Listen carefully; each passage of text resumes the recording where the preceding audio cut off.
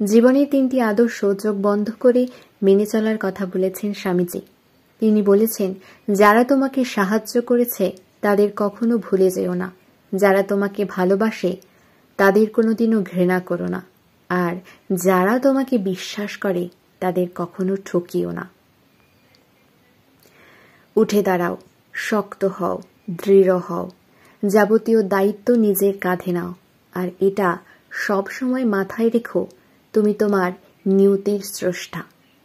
তোমার যে পরিমাণ শক্তি প্রয়োজন সবটা তোমার মধ্যেই রয়েছে, সুতরাং নিজের ভবিষ্যৎ নিজেই তৈরি করে নাও। যে কোনো একটা ভাবনা মাথায় আনো, সেই একটা ভাবনাকেই তোমার জীবন করে ফেলো, সেই নিয়েই ভাবো, সেটা নিয়েই স্বপ্ন দেখো, সেটা নিয়েই সেই ভাবনাকে বাস্তবায়িত করতে তোমার মস্তিষ্ক, তোমার পেশি, তোমার শরীরের প্রত্যেকটা অঙ্গকে কাজে লাগাও।